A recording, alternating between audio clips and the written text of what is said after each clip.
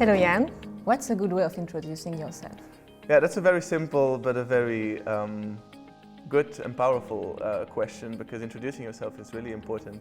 I want to quickly introduce myself to the other camera as an example. Hi, I am Jan Holden and I coach emerging artists, and specifically self-made emerging artists, because I feel there's something about how the arts industry operates. Not all artists get the same opportunities. For example, artists who develop their artistic identity outside of big formalized institutions or any recognized training, they do not get the same opportunities when it comes to training, access to network, access to funding, for example. And so I think what I want to do with my work is really give artists the tools and strategies to work on their communication, their financial plans, to really be geared and navigate through the artistic sector. And a big part of that work I do through coaching and through one-on-one teaching, but also group classes. And a big part of that is also happening at Cinema, which is an art center where I work as general director, where we continuously support emerging artists from Brussels and the surrounding areas. So that was my way of introducing myself, and I just wanted to do that to then break it down. It sounds very easy and obvious, but this is something where I see often people already go wrong, because we rush through our names when we introduce ourselves. We tend to say like, hi, I'm Jan Holden, blah, blah, blah. And then after a couple of people having introduced themselves, nobody knows your name again. So it's really important to just take your time. Hi, I'm Jan Holden, you have a little break, you know, and it really allows for that to sink in. And this is just like as a general thing, when you introduce yourself, you really just want to take your time. You obviously don't want to come up with a 20-minute bio of yourself when you're starting a meeting. But it's really important, be concise, but then take your time and make sure that people can actually hear what you say. And then as a second thing, you want to say what you're doing, and that's really in a descriptive way. So you don't give yourself immediately a title or whatever. You want to just describe what you're doing. I am coaching artists. It's something that I do. It's something that I'm passionate about. It really allows people to understand what it is that you're doing in your life. And you don't want to immediately talk about any big projects you're working on or the job that you're currently hired in. It's really about just saying what you're about. Because if you're going to immediately link yourself up with an organization or with a project, it can give the impression that something else is already monopolizing your time and that you're not so much available for new projects, and you don't want to give that impression. So just say what it is that you're doing, and the rest you can add later. And then in a third step, you want to say why it is that you're doing what you're doing. And this is something very interesting. Like I said in my introduction just now, I'm doing this because I really believe how the art sector currently operates needs to change. And then it really shows you okay, this person has a very clear motivation, and that motivation really shows you it's the fuel to your engine. It's the reason why you're doing what you're doing. So there's a certain knowledge there's a certain expertise in that. So it's really good for your credibility on one hand, and on the other hand, what that does is that you get people to connect with you, because you're telling a little story why it is that you're doing what you're doing, and people might or might not relate, might or might not agree, but that doesn't really matter. The first and most important thing is really that they're connecting to your story, and that's really powerful. And then as a last thing, then you can talk about where you're working at now or what project you're working on, because you've really established what it is that you're doing and why you're doing it. You've really established your passion and your thrive. And then you can say all of these other references where you're working at now, because now it just shows all of the platforms where you are displaying your talent on, and it really adds credibility. Okay, that's interesting. And how do you make a good pitch? Yeah, it's really important to have a good pitch, but what's even more important is or equally as important is really how do you start that pitch? How do you open it? How do you make sure that people are not scrolling through their phones if you're pitching it to a jury or whatever? That happens. So it's really, I have a simple technique that one can use. It's called the cliffhanger pitch. It's a technique that is often applied, and basically how you start as a first step is you don't start by saying your name. You do not start by telling what you're here to talk about. You want to start by a hook, something that really entices people to on the edge of their seat to listen to you.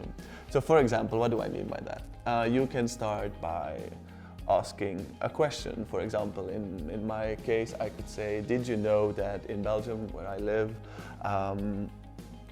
artists who are self-made are X times less likely to get professional funding, for example, or just a question that makes people think. Or I can tell a story about myself, a personal story, for example, how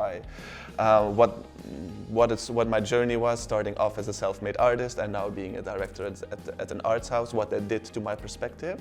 Something you just want to start with anything that is in the core of the why of your project or your artistic ambition, but without really saying what it is yet that you're going to talk about. You just want to get people to like, okay, what's going to happen here? Like an interesting kind of angle to open it. And then as a second step, you want to ground that statement. You want to like sort of transition to like, okay, you might be wondering why I am telling you this story, or the reason why I'm asking you this question is, so really something that transitions it. And then in your third step, you really have people who are like, okay, why is he telling this story? Why are they asking that question? So they're on the edge of their seats, and this is when they really want to like listen to your project. And that's the perfect time to not do that yet. So it's really, then is a time, okay, you're wondering why I'm asking you this question. My name is Jan, and this is when you introduce yourself. You just go briefly do that. And then is the time as a fourth step to really say, okay, and in the next 10 or 20 minutes, I want to talk to you guys about And that's like what they call the benefit of the audience. So the audience knows why they should listen to you for the next 10 minutes.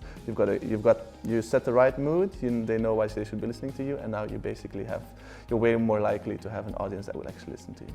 So if I run through it very quickly, you start by your hook, your story, your statistic, your question. Ground the statement, ground your hook, and then you introduce yourself, and then you share the benefit of the audience. And this is how you start a good pitch. And what's important when you're asking for support? Yeah, this is a very, very important question because as artists, we often tend to go to partners, funding channels or whatever, asking for support in a very monodirectional way, because obviously artists and everyone in some process of collaboration needs other people to thrive. But it's very important to also know that you as an artist, you also have something to offer. And what is important to understand is the idea of funding, for example. It's a way of delegating responsibility of the government when they give funding. It's because they have certain goals to achieve, they have a policy plan that they need to realize, and they're not going to do all of those things themselves. That's why they give funding, so that other organizations or artists can do it for them. And that's important to understand, is that you as an artist, you are doing something for the world that you live in, for the place where you are. And that is a very important thing to know when you enter a meeting. Is like, okay, I'm not just going to ask for help, but I'm also actually, I have things to give in return. Same for private sponsorships. They're from companies, they obviously don't have the same policy plans as governments do, but they are maybe desperately trying to reach a specific target audience that they're struggling to reach since decades, and you do it naturally just by virtue of the kind of work that you do, the people that you work with all the time. So you also, again, on that level have something to offer as an artist. So I think it starts with analyzing what it is actually that you're doing with your projects, because obviously you have your own goals, but you actually might be doing more than you're actually aware. On one hand, and then the second step, I would say, is really research all possible funders, sponsorships, and actually going to research before you engage in the conversation is really what it is that they're looking for, and how can your work or your artistic identity help them to reach their goals. And so really you enter that space, and I find it a very empowering mindset to be aware of, like, okay, I'm going to ask for help, but at the same time I also have a lot to offer. So really do your research really well and save yourself the time of only going to the partnerships where you actually believe you can have a mutual exchange, and then really be very clear on what you ask for and at the same time on what you can offer. And then it's up to them to just take it or leave it. And which online media should you use for your projects? Okay, so online media, and specifically if I also think about, besides websites, also like social media, I often hear like, yeah, I really want to engage more with my social media, but I'm not good at the whole social media thing. There's no really such thing as the whole social media thing. Obviously, it's a very overwhelming collective of media, but it's important to know that you don't necessarily need to be good at all kind of social media in order for your practice to benefit from it. What's important to understand is, again, I'm going to try to split it up in two steps. Firstly, is you want to think about what is the audience that I want to reach. And you can think that in function of the audience that you want to reach because of the artistic project you're working on, the people you're trying to bring together, or maybe you have a specific career move in mind and you want to make sure that you're developing your artistic practice around a certain audience. So you really want to be very mindful about who are the people that I want to try to mobilize for my artistic practice. That's your first step, and once you've defined that, you can really think on what kind of online media are those people active. And then really just make your choice. For example, if you're a photographer working you're all making portraits of millennials. It's a project you're working on, very interesting. So you want to like build that portfolio, that collection. You want to be able to deal with inquiries, and at the same time you want to build your audience. You want to make sure that you grow. And so a website could be possibly interesting for that, but maybe not the best medium for it, because maybe through Instagram you can reach those millennials way better, and you can grow, through all your hashtags that you're using smartly, to the people that you're connecting with through Instagram. You can actually grow your social media and your visibility way quicker. Because sometimes islands, websites can be like islands, like you really have to make sure that you find them, or you have to forward to someone. So really be very mindful about, okay, you don't need to do everything.